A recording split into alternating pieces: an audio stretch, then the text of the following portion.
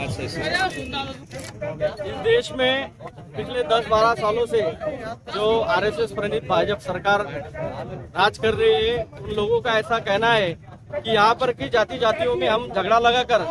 जो देश में सत्ता स्वतंत्र न्याय बंधुता का जो अच्छा माहौल है, जो सियासी राजकारण से अलग है और जो यहाँ पर की हिंदू धर्म की जो अनिष्ट रूढ़ी परंपरा है उसका विरोध करते हैं,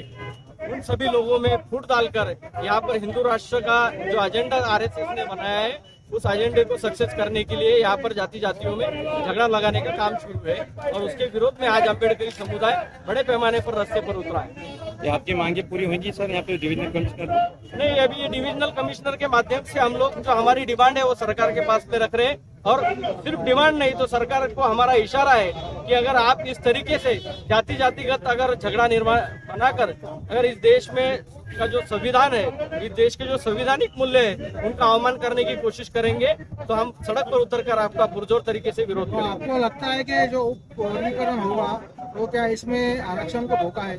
उपवर्गीकरण ये जो पॉलिसी है ये इस देश में से जो रिजर्वेशन है उसको खत्म करने की पॉलिसी है, क्योंकि सही मायने में उपवर्गीकरण की वजह से जातियों में झगड़ा लगने वाला है, जातियों में आपसी तौर पे एक दूसरे के खिलाफ में वातावरण बनने वाला है और उसके वजह से जो देश की अखंडता है, जो एससी समुदाय जो एकजुट से आकर यहाँ पर की हिंदुत्व राष्ट्र के विरोध में काम कर रहे हैं उन सभी को हानि पहुंचाने के लिए उपवर्गीकरण का यहाँ पर डाव खेला जा रहा है। कौन सी पार्टी आज यहाँ पे आई है? ये कोई भी पार्टी का मोर्चा नहीं है, ये सभी समर्थन के समुदाय के लोग इसके अंदर शामिल है। अपनी पार्टी गठ और अपना नेता बाजू रखकर डॉक्टर बाबा साहब अम्बेडकर को या जो समतावादी महापुरुष है उनको मानने वाले सभी लोग यहाँ पर एकजुट है। मोदी जी नाव सांगा। मेरा नाम सचिन निकम, मैं अम्बेडकरी मूवमेंट का कार्यकर्ता हूँ। Thank you sir. आंबेडकरवादी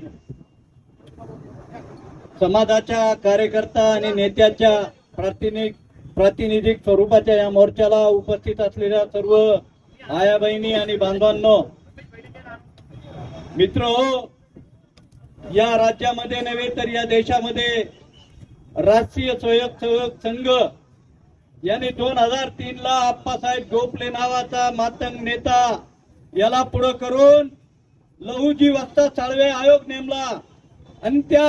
आयोगाचा अध्यक्ष रमेश कदमला केलं आणि उपाध्यक्ष दिलीप आगळे होते। या ठिकाणी ज्या आयोग 6 महिन्यात अहवाल द्यायचा होता तो 6 वर्षानं देण्याचं काम या लोकांनी केलं आणि यामध्ये त्यांनी कोणत्याही प्रकारे अध्यक्षाची सही न घेता उपाध्यक्षाच्या सहीने आयोगाचा अभ्यासाचा अहवाल त्यांनी दिला। यो आयोग राज्य सरकारनं स्वीकारला नाही, परंतु त्यानंतर हे हायकोर्टात गेले, मुंबईच्या सुप्रीम कोर्टात गेले आणि सुप्रीम कोर्टामध्ये 7 न्यायमूर्त्यांच्या खंडपीठाने 2024 ला तो निकाल दिला। बदर समितीचा अहवाल नेमायचा राजस्थान सरकारचा, तो राजस्थान सरकारचा जो आयोग आहे बदर समितीचा तो सार्वजनिक न करता या ठिकाणी वर्गीकरणाचा सपाटा राष्ट्रीय स्वयंसेवक संघानं म्हणजे आरएसएसनं आणि भारतीय जनता पार्टीने करण्याचा प्रयत्न केलेला आहे आणि म्हणून हा बदर समितीचा अहवाल जो आहे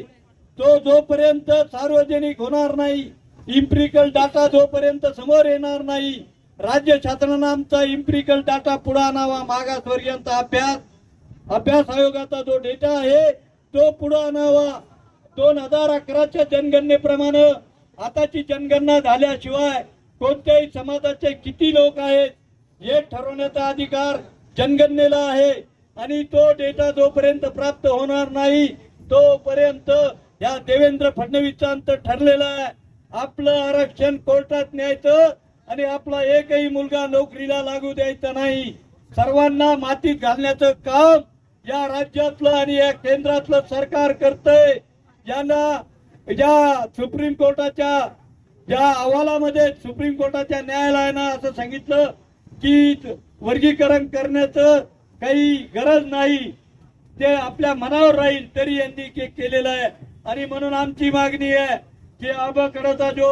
आज प्रस्ताव आलेला आहे तो रद्द करण्यात यावा, इम्पिरिकल डेटा आमचा पुढे आणण्यात यावा, त्याचप्रमाणे आमचं खाजगीकरणामध्ये आरक्षण लागू करावं, नसता या राज्यातल्या सरकारला आम्ही फिरू देणार नाही। ही भूमिका घेऊनच पुढचं आंदोलन सुरू राहील.